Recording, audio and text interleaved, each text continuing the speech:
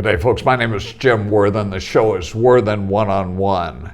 We're here on Channel 17 Cox Cable at 2 o'clock Monday through Friday and at 7 o'clock Friday evening. So it's on twice on Friday.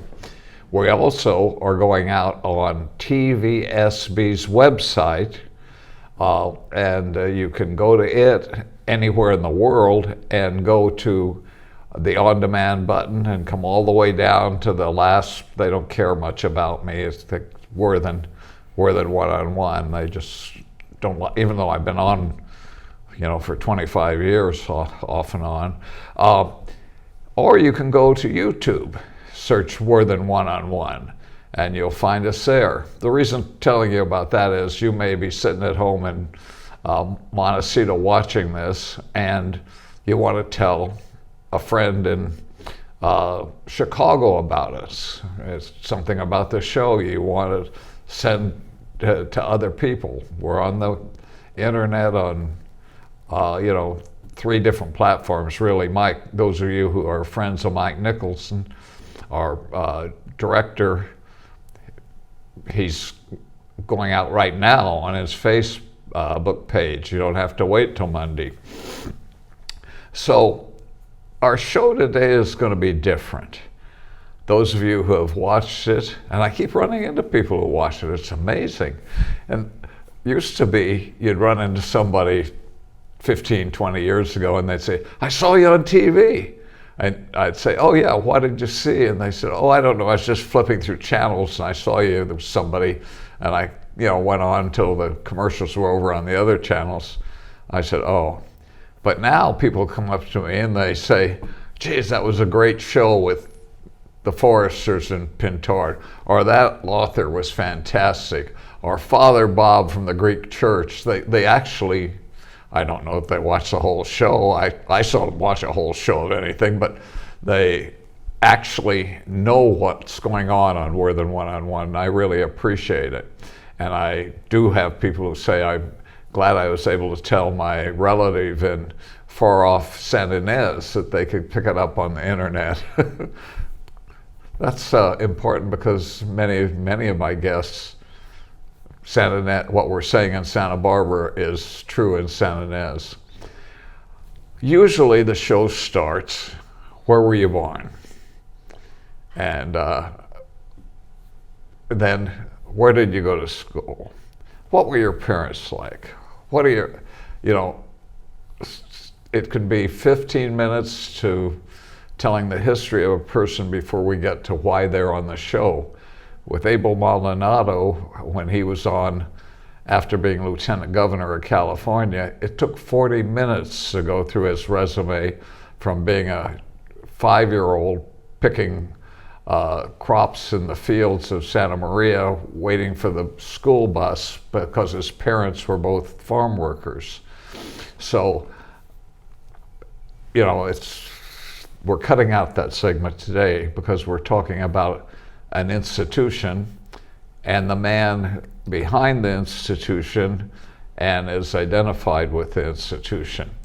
So, Scott, how are you doing? Doing great. It's a beautiful day in Santa Barbara.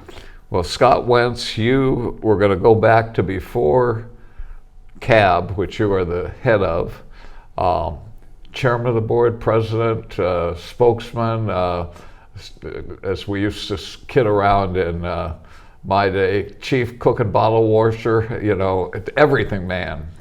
In other words, I was too stupid to say no.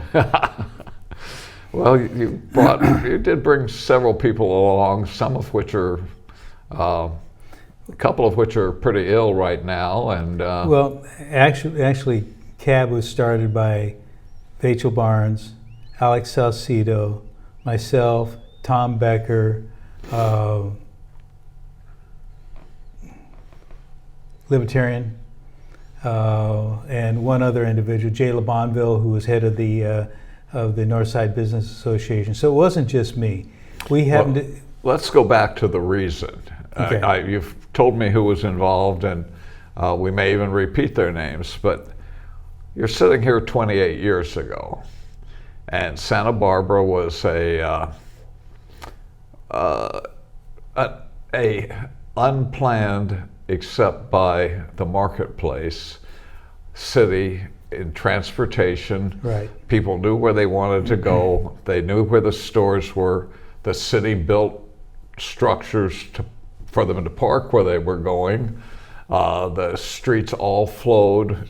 Yep. Most of them 4 lanes. On-street parking. Yeah, and right down the middle of State Street, being able to look down and see the Stearns Wharf and the boats in the ocean from State Street. Or come up State Street and you'll get to a point you get a glimpse of the Mission. And so we say that because most people have forgotten it, and anyone under born 10 years ago, young people have no idea that it could be like that. It's the intended consequence of lack of institutional memory. And they depend upon the fact that if you were not around 10 years ago, you would say, well, State Street always has been shut down. No, Yeah. it hasn't. Yeah. No, in fact, when I came here and I was going to City College and getting married, and my wife worked at the news press and selling classified ads, and I was doing shoe sales in a woman's shoe store, Leeds, and was going to night school. And you not only could drive down State Street, you could park. Yep. And of course, those were the days that retail was very different. You were closed on Sunday, except during Christmastide, you were closed at 6 o'clock every night.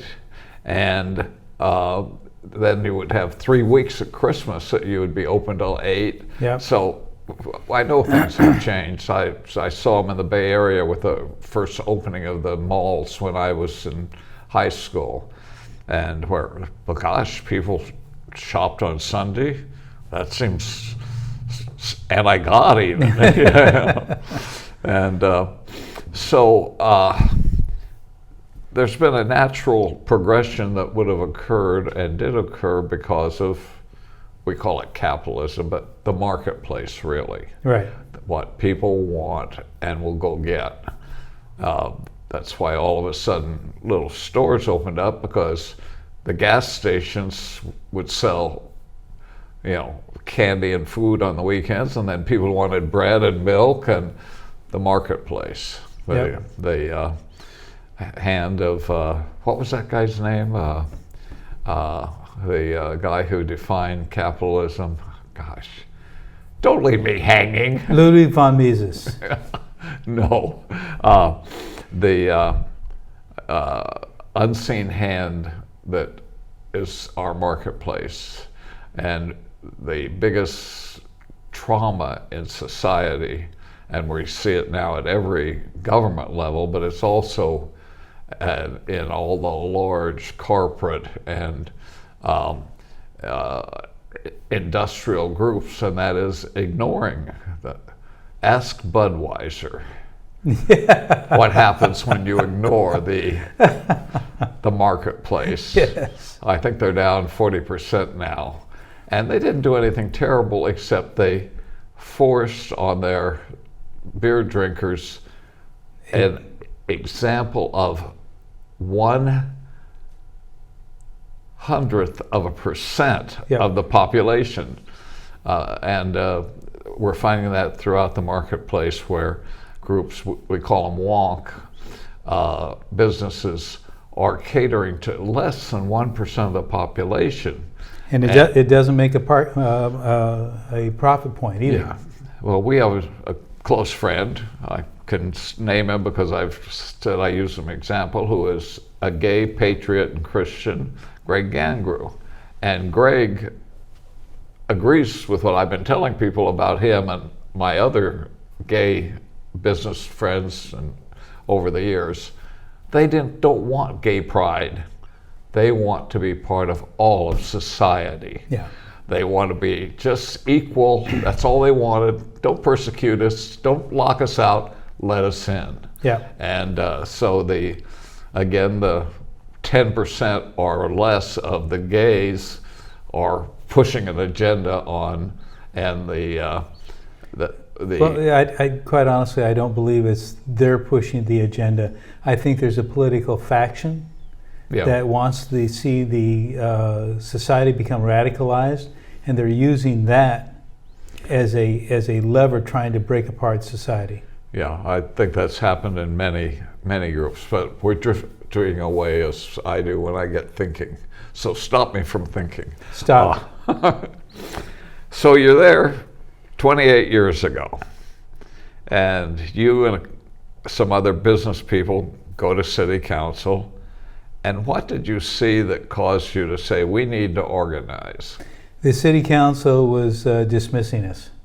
I mean, we're talking about some really top-end people, producers in society. We're not talking about just the average guy that goes out and busses tables or works in the agricultural fields. Not that there's anything wrong with that. No, there's not. But I mean, we're talking about guys that actually came from meager means in many instances and actually made themselves millionaires. And they're looking around town and they're going, this isn't working. And they went to the council. And well, what wasn't working? What was the council doing? The council was in the process of developing bicycle paths on streets that did not need them. And this was in 1980s. They said, oh, well, we have all these bicyclists, we need more bike paths because the safer the people feel on the streets, the more bicyclists there will be on the streets. Well, the highest bike count in the city of Santa Barbara was 1983. 1983? That's right. And when they started... Even before cab. Oh, yeah. So you looked at that. That's right. And we looked at that and we started looking at past bike counts, and we found that the more bicycle paths and protection that was put on the streets, the fewer the numbers were being used for bicycles. And then it became obvious that this was not an issue about bicycles. This was an issue about automobiles, and there was a very minor group, approximately 10-15% of the population, that said, we don't like automobiles. And they said, we have the political power, so let's start narrowing the streets down.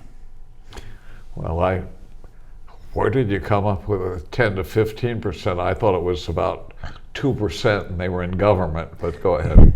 Well, the 2% were actually the number of people that were riding bicycles in comparison to the drivers who were commuting. Well, those of us who've been around and driving in Santa Barbara for years realize that until 10 years ago, the bicyclists were new immigrants working in the restaurants and around town that was their only transportation. Alcoholics who had their license pulled, and we didn't have Uber and any cheap transportation, that's how they got around. And children going to school.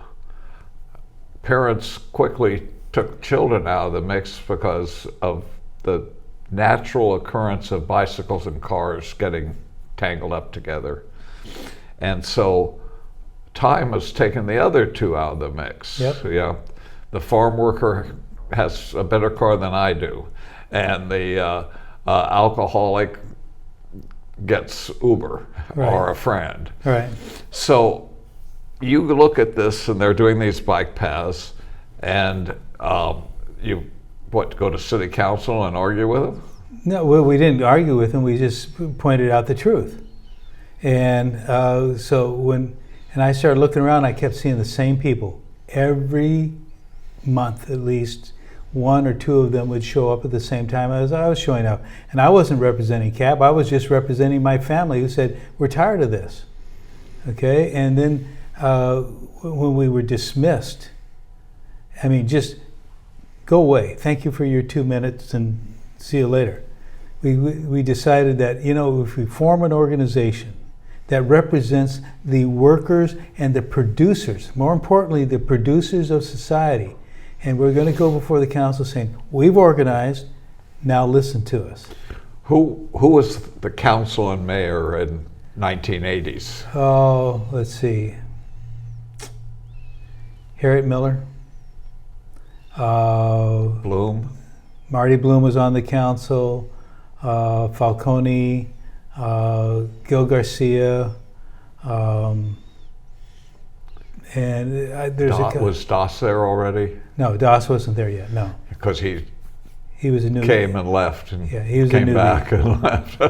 But these people just did not care, and then it became obvious once the cab was formed, and we started getting very nasty. I mean, I can tell you this is before cell phone days, right? Everybody had a landline at least 2 to 3 times a week. Myself, Tom Becker, and occasionally one other person would get 2 a.m. death threats.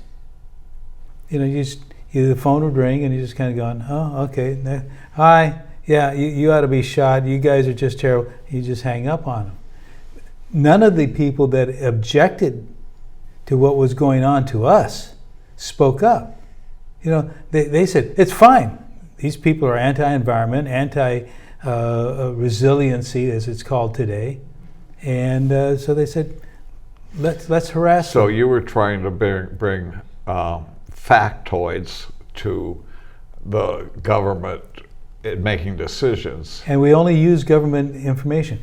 That was the interesting about it. When we started really digging into it, we said, okay, what are the actual counts? Where is this working? What's the population number that's increasing for bicycles? And we found it went against everything that the anti-car people were doing. 100% against it. And it's happening today. I mean, we had a councilman for the city of Santa Barbara say over on the west side, well, transportation is changing and we have to change the streets to match that. No, transportation hasn't changed. What they're doing is they're narrowing the streets, they're making the streets more dangerous. And as a result, people are changing their habits because of government fiat. Government has said, we don't want you to have freedom. We don't want the traffic to flow. Well, let's go back 25 years ago. You're now an organization of legitimate business people, and you're presenting facts, their own facts, to the city council, and they decide almost at the same time that cars were going too fast, and particularly in community streets, you know, where there was residential and mixed, Right. and right up against commercial. And I remember the first time I hit one, they put bumps in. And Yes. so you could, where you used to go 30 miles an hour, which was the speed limit, and all of a sudden at 20, 25, you're right in the middle of an area where you didn't expect it to be. What did they call that? So they're called speed bumps. And it was a traffic calming device. Traffic calming. And they ignored the fire and police that were saying, you can't do this. This is interfering with our emergency response. The AMR came out against it. I hadn't even, till this minute and all the times and all the interviews, I hadn't factored that I'm worried about hitting a speed bump going through San Mercan Right. at 25 miles an hour, but AMR, the police, the fire. That's right. San Mercan has a rest home. That's right. And an older community, that they needed to go as fast as they could if it was 60 miles an hour sometimes. I can tell you the cab has gone out and taken a look at other locations that had problems. The easy answer to this is you take in, there's movable speed bumps. They're made of rubberized, and they're really bad. I mean, you come up to one of those babies and you hit those, you're going to go through the roof of your car. So you put one of those down in the middle of the street, and you put a cop about a block away from there, okay? And if you hit that bump and then you speed up, the cop pulls you over. The first week, he gives you a warning ticket. 2 weeks later, he gives you a real ticket. You would do that enforcement for 2 months. Pull those speed bumps out, put the street back to being a safe street, and I will guarantee you that the speed on those streets will be much calmer. We'll bring up some other areas of proof. One being, we're talking about bicycles, I'll hit right now. It's called maximum enforcement. Yes. And it's where the police focus on a problem. Yep. And sometimes it's a day, sometimes it's a couple of months. For a while, there was a maximum enforcement on State Street of bicyclists. Yep. And I happened to be down almost to Cabrillo Boulevard. I forget where I'd parked and where I was going. And a police officer on a motorcycle pulled a bicyclist over. And the bicyclist was shocked and screaming at him. And I said, well, you almost hit me walking down the sidewalk. The guy was running down the sidewalk at 30 miles an hour. And he gave him a warning. And I noticed that the bicyclists on that corridor for several months were much more cognizant of the pedestrians and other cars. So maximum enforcement against a specific problem rather than general enforcement to everybody who aren't involved in the problem. Well, you see, there's a halo effect also. When you do maximum enforcement on, say, Milpa Street, you do maximum enforcement on Bass Street, all of a sudden there's cops there. What do the bad guys don't want to see? They don't want to see cops.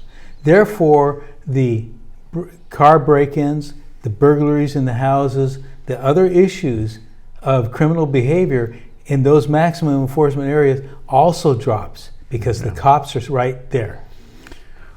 Well, Rudy proved that maximum enforcement of broken windows and people cleaning your windshield without your permission and then pounding on your door for $5, arresting those problems, all of a sudden the murder rate went down.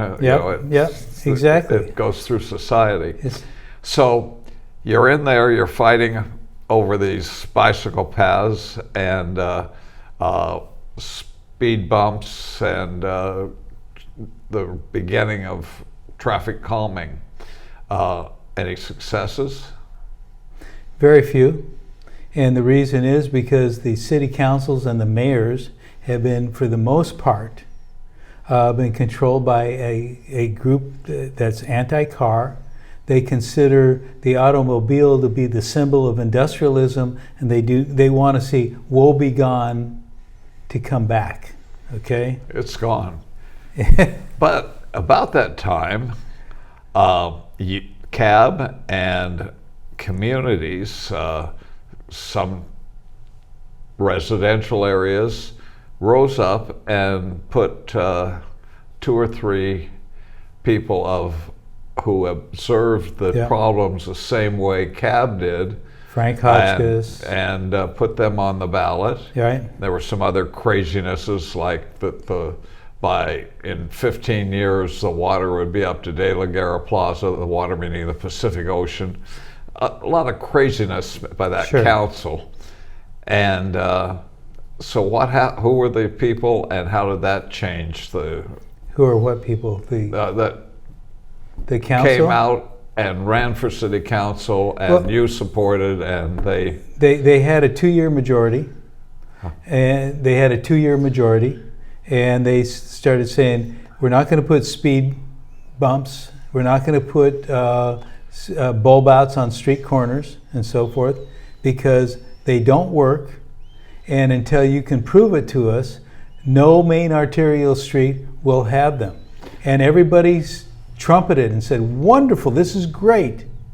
And then came a new election. The majority was changed by 1.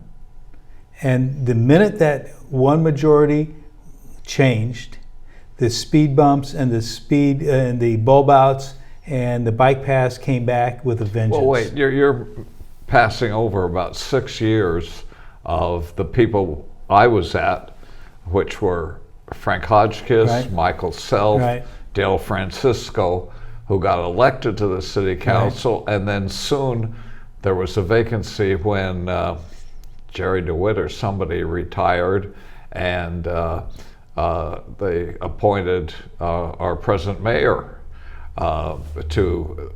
and all of a sudden there were 4 people who were of clear mind Right. that for a couple of years stopped. You see, the reason I called it a 2-year change is because Michael Self went onto the council as an appointee. Yeah. And she had 2 years left of the councilman that left. Okay? And then came the election. And when she was not reelected, she lost by just under 2%. Oh. And that's when it changed. So we drifted back into oblivion as far as people letting the marketplace and therefore the automobile Right. rule. The electrification of transportation is more recent, and we may touch on that, but it's the same kind of thing where, oh, here's a new thing, and this is going to help, and we won't need the personal automobile as much, and But you have to understand that that's a lie.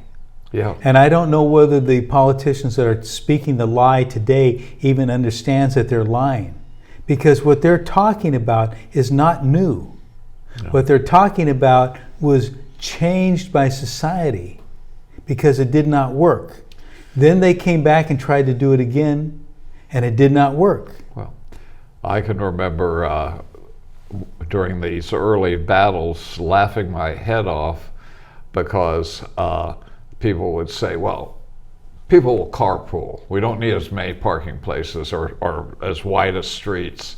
And then I'd go to church, and a family of 4, 2 teenagers and 2 adults, would leave church and get in their 4 different cars because they were going 4 different ways. Yep.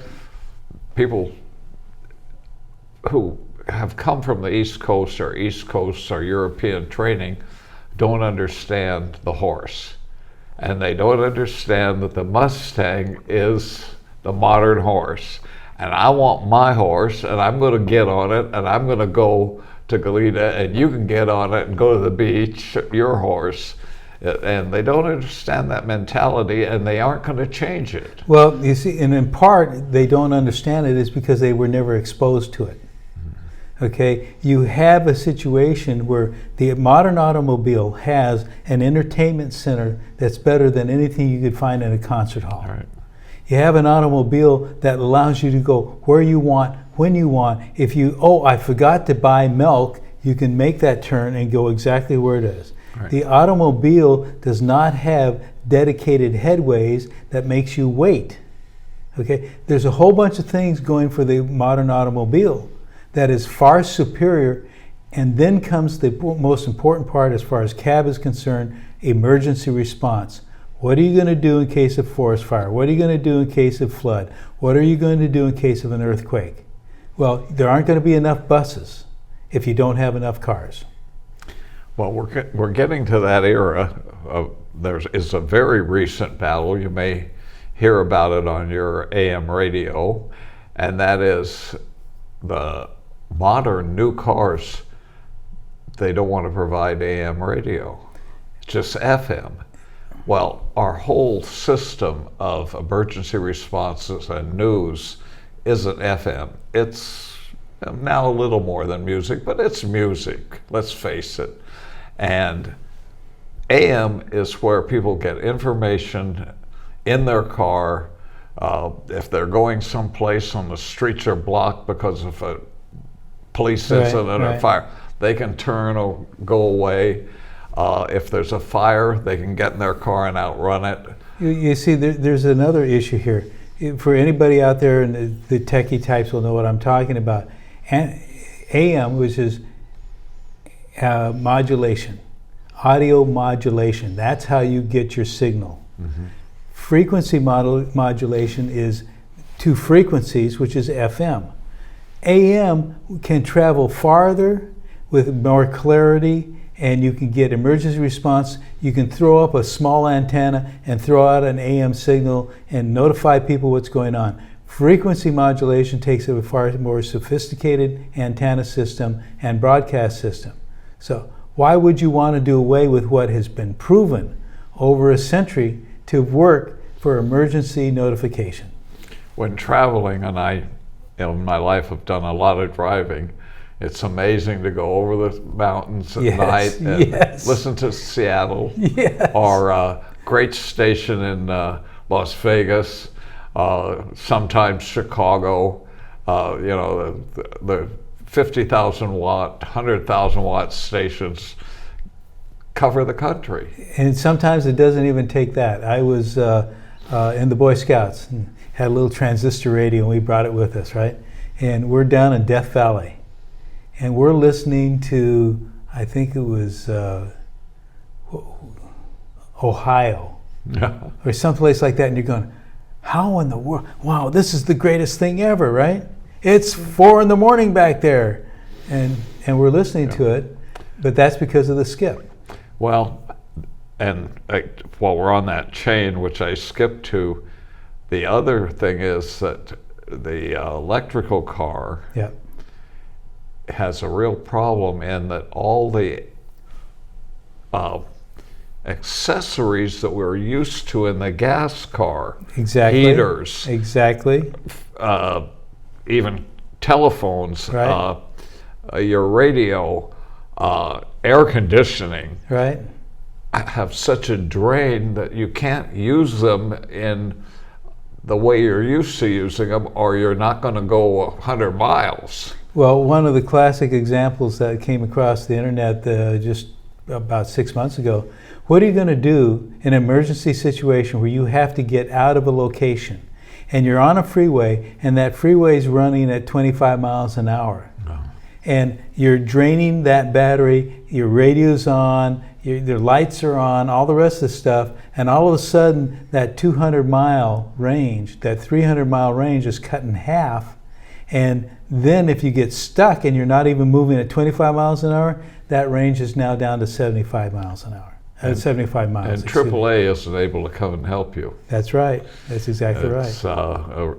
That's maybe a new profit center if electrical vehicles aren't a fad for the 30 years that they may be a fad during. These are the kind of things that CAB has been trying to bring to the public. Yeah. So we're with CAB at, we got plenty of time, by the way, but you and I really get going.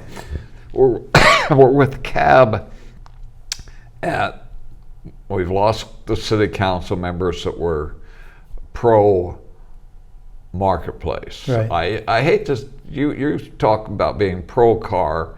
I like to say pro marketplace, because there are people downtown, I see them with their little baskets or with a carriage behind them that I thought would have a child in it that has food bags and a dog.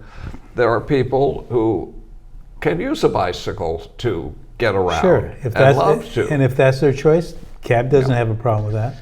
And if anything, I think that the transit department, like the shuttles, maybe you should have a shuttle for the disabled, but I think it disables healthy people to get on a shuttle on State Street or on any street for 4 or 5 blocks. Yeah. Walk! You know, and well, to quote the former alternative transportation director who, let's put it this way, he filed a lawsuit and he was asked to leave. You can't get people to walk 5 minutes to go to work. So if you can't get people to walk to work where they're going to earn money, why do you think that people are going to be walking up and down the street to buy groceries and then put all those groceries in their arms and walk another 4 or 5 blocks? Where did he get his statistics to say you can't? If you, take away or incentivize them to not do it, then they can't. But people lived downtown and walked around to markets. They walked to their jobs, and sadly, this traffic planning has driven markets. Before we got to the closures and Right. street narrowing, there was a downtown Vaughn's. I think it or another was Giordano's Market. There was many businesses right downtown where people didn't have to get in their car and go to Goleta. So it's not a chicken and an egg. It's interference with the true marketplace. But that's absolutely clear. All you have to do is look at Goleta, which unfortunately appears to be going in the stupidity of Santa Barbara. You're talking about the old core of Goleta. Yes. And they're getting ready to narrow the Old Town Goleta down to 2 lanes on Hollister. Well, they haven't learned from Santa Barbara. And the effect of doing that takes approximately 5 to 10 years before it really hits. Then all of a sudden you see those middle class businesses that were successful in Old Town Santa Barbara. Now you have June Pujo, who used to be a contractor with the city of Santa Barbara, who wrote the traffic plan for the city of Santa Barbara going back 30 some years, and she states specifically in the back end of that, those businesses that depend upon automobile traffic to be successful will either go out of business or move. And she was 100% correct. But it took 10 to 15 years for it to start to impact Old Town Santa Barbara. And everybody's going, but we're Santa Barbara and this will never be a problem. Well, it was a problem and is a problem. So we're in this era in the 80s and 90s, coming into this new century, and these problems by government get worse and worse. Yes. And you say it's anti-car, I say it's anti-marketplace. Actually, it's not anti-car, it's anti-freedom of movement. That's fair. And so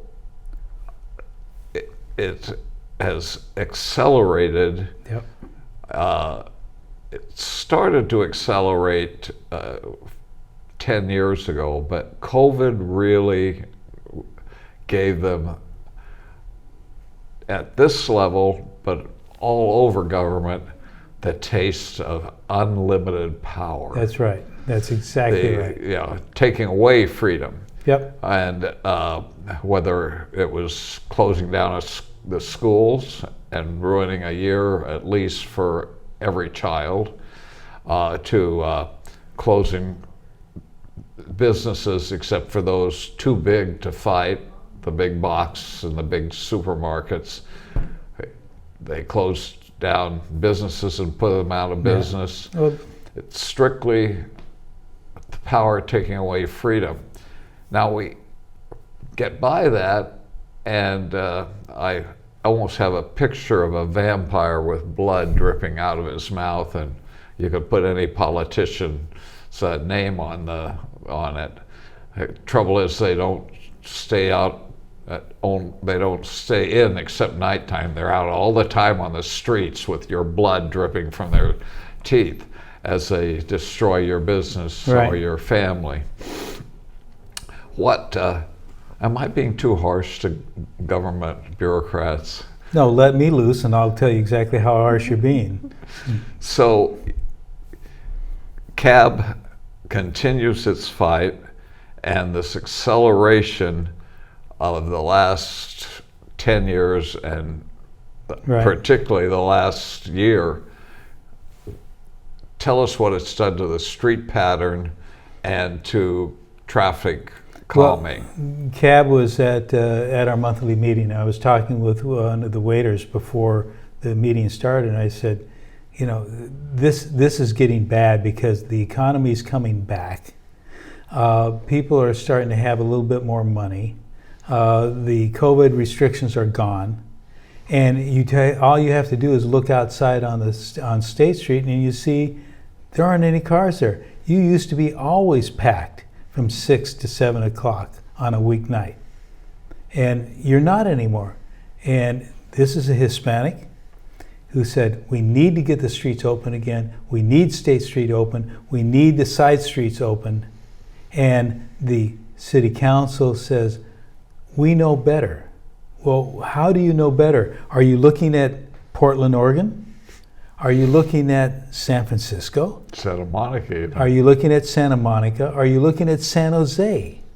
Are you looking at your own downtown? And they don't care because they are following a social paradigm that says government knows better. We don't care what the people want.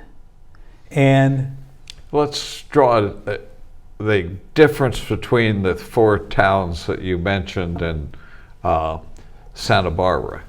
All of their malls, what do they call them, promenades, yeah, are failing. Right. No question about it. Fewer stores, tax dollars going down. And they're 4 blocks. That's right. And what's ours? 10 blocks. Yeah. Now, it was interesting that there was a proposal, well, we need to go down to the 400 and 500 block of State Street. We'll just create a small walking mall there. Somebody forgot to tell the city council, more importantly, the new city manager, who seems to have amnesia, that the city of Santa Barbara was told specifically approximately 3 months ago by a consultant that the average walking mall fails 65% of the time. Yeah. Fails. And they want to take and roll the dice and say, we know we're going to lose 65% of the time. Is that smart government? Is that even smart being a human being? Well, I'm so libertarian in most ways, even though I've worked in and out of government, that I keep coming back to this marketplace, right, this interaction of people telling you what you should do, not you telling them what to do. And one of the answers they have is, well, we're going to build to the maximum 45 feet. Yep. Oh wait, we need another story. That's right. For 55 feet. Yeah. And of course, government's stupid enough that they do it in their own police station, 55 feet they're planning. And so all of a sudden you have these mini high-rise apartments coming up all over the central core with the thought that those people won't have cars. Look at what happened on Chapala Street when Paseo Nuevo was built. What did the city of Santa Barbara? It loosened the restrictions on high-rise buildings.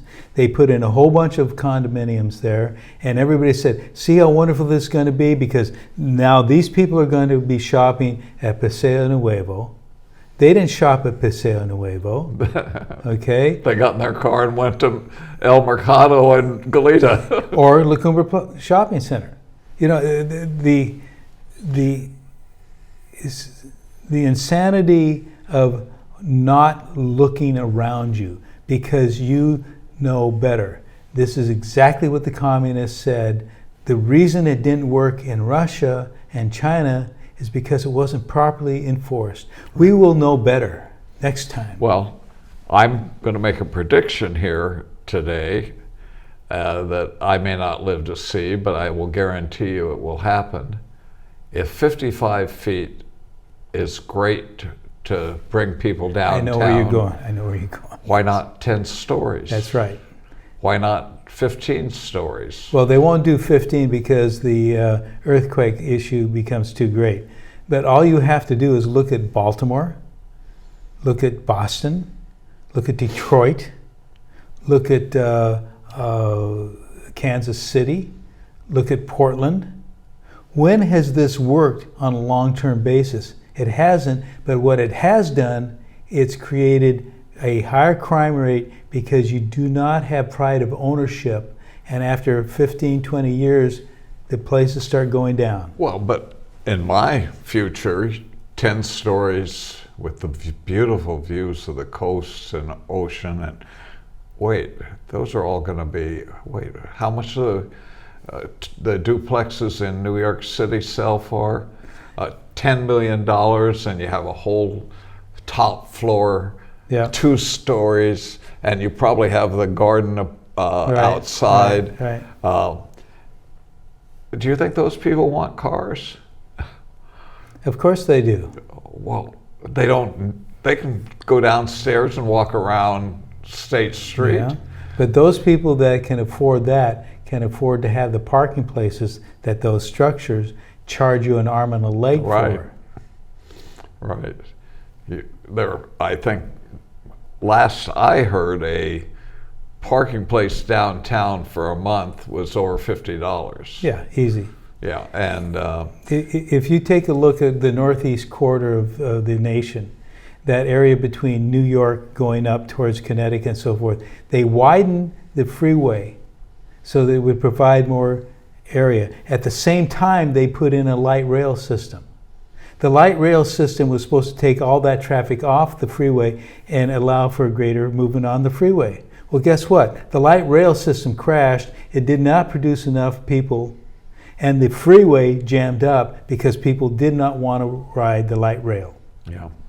Well, I grew up during the beginning of BART in the Bay Area, and it was a great idea, and everybody wanted to try it. Yeah. And I hear it's turned out like most subways, failing economically and very dangerous. Same thing that's happening to the LA Metro. You know, they've gone down there. They keep saying we have new ridership. And more riders are there. Well, how many riders are per mile, and how many billions, not millions, but billions of dollars have they spent? But this is what CAB is about. I forget who our transportation secretary is, but rail systems seem to keep crashing under what's his name? The failed mayor. Don't even go there. It's not worth giving him any publication. Well, we had a terrible crash on Metro. Yeah, that's right. The blend between Metro and Amtrak. Yep. I believe were some fatalities, but I haven't seen the last report, if 1 or 2, and like that's nothing.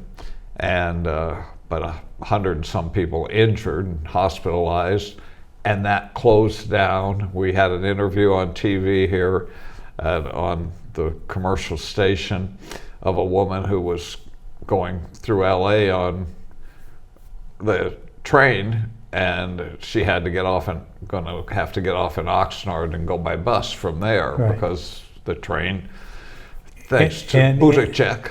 And if it had not been for the freeway system that had the capacity of carrying that, she would still be sitting there. Right. Right. It's interesting, depending on the community you're in, to gauge how much traffic there is. In Seattle, their road system is such that they get around pretty well. You know, average probably 30 or 40 miles an hour during the top traffic time. In LA, it gets down to 20 or so. In the Santa Barbara region, if it's less than 60, it's a traffic jam. So you have to put it in the context, yeah, and in, again, the marketplace. So I cheated in the beginning, and you're going to slap me around afterwards. Okay. We've got about 10 minutes, so I want a commercial now, and then we'll do one right at the end. If you have to interrupt me, grab my throat. The silver anniversary, the 25th anniversary of CAB, is being celebrated on the 8th. Tell us about that, 8th of July. Yes, that's 8th of July is on a Saturday. It'll be at the Timbers Restaurant. It'll be between 12 and 3. We're going to have Mike Williams, who is Aware and Prepare, Mike in the Morning. He's a great speaker. He's a former police officer and is now one of the top emergency planners in the West Coast. And So people are gathering. It isn't. They don't have to sit there for 3 hours. No, they're gathering. There's going to be what kind of buffet or what? well, more than likely it's going to be a buffet, but if we have a vegetarian alternative, if somebody wants a plate, we can do that. But we're also going to have a little fun auction, and it's going to be, the whole idea is to bring to the people what we've done. We'll bring in some of the flyers that we put out. We'll bring in the lawsuit that we filed against the city of Santa Barbara. We'll say, this is the possibilities if you really want it. Back to the cost. $25 for the 25th anniversary. And that's a very good price. So can I buy 2 and take 1 home? No, I'm sure I could. Well, since you're on the board, yeah, you can. So that's the week after the 4th. That's correct. On Saturday. That's correct. So people will be barbecued out. A buffet would be good, yeah. Maybe some shrimp and some, get to mix with people of like mind. Hopefully. And hopefully people that have been involved over the years, some that have, for various reasons, drifted away or got involved in other items. One of our very first members will be at the meeting, and Janet show you what kind of a person she is. She's always been a kind of volunteer. She just received a 50-year pin commendation from the Girl Scouts, and so that's the kind of person that we attract, and it's She's nice. been very consistent in my time in and out of CAB. There was times that there probably was 10 years that I didn't go to anything that CAB was doing. The last anniversary party I remember was at Manning Park. That's correct, Lower Manning Park. Yeah, and Rob Raffelli, who was on your board at the time, brought me, and he says, go to this thing for CAB. I said, I haven't seen Scott. And so I hope Rob comes, although he's in San Diego now. He has problems down there, so. Handling some family problems. Right. And that's what happens. So basically, first off, Mike's going to give a talk about transportation issues. Then I will stand up and people will throw things at me, and I'll spend about 5 minutes talking about what is possible. You lying sack of you have never done 5 minutes. Thanks a lot. So after 20 minutes, I'll start throwing things at you. and then we're going to have a little auction table, and it's all meant to be in good fun. If somebody wants to drop a $20,000 check on us, we'll be happy to take it.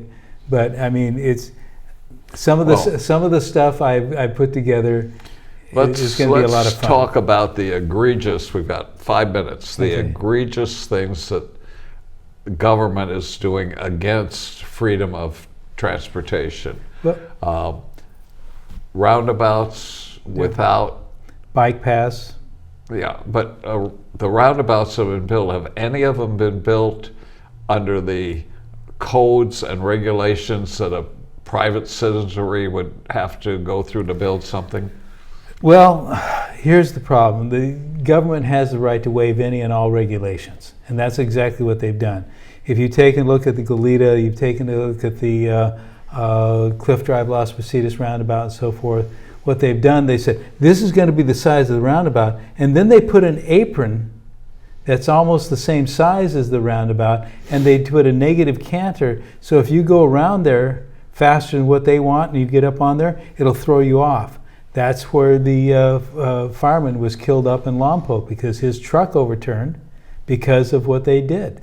And so we have seen little real success in roundabouts. And they're very, very expensive. And as I say, if you were a private citizen and you were going to do That's that right. amount of construction, it would take you 10 years to get the permits.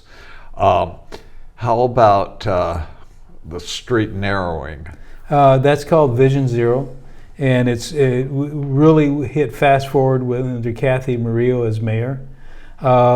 She ignored any and all information that said Vision Zero is not a good idea.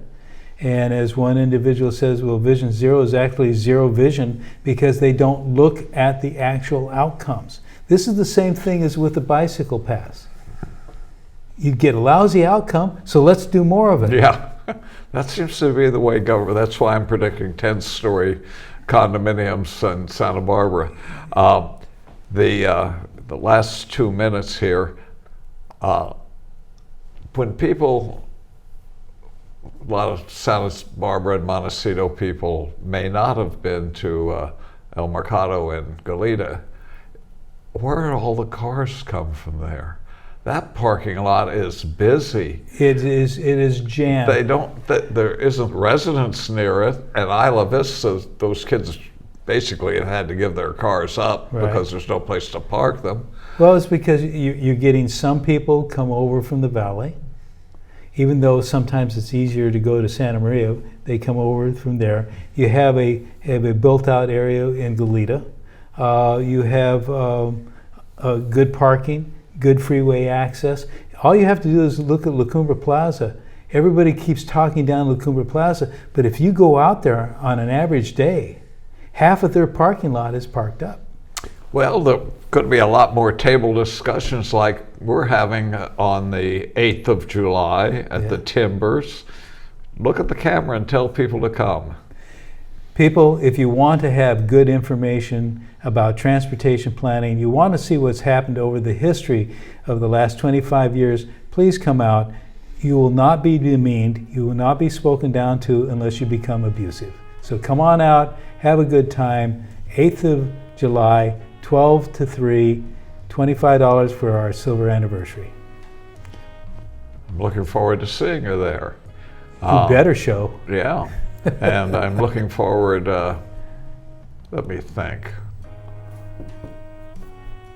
I had pledged myself to live to a certain age, so I won't make the 25th next 25 years, but let's think. I guarantee you that I'll be at the 20th anniversary. Well, I hope this was informative to the public. Well, you always are. Thank you, Scott. Thank you.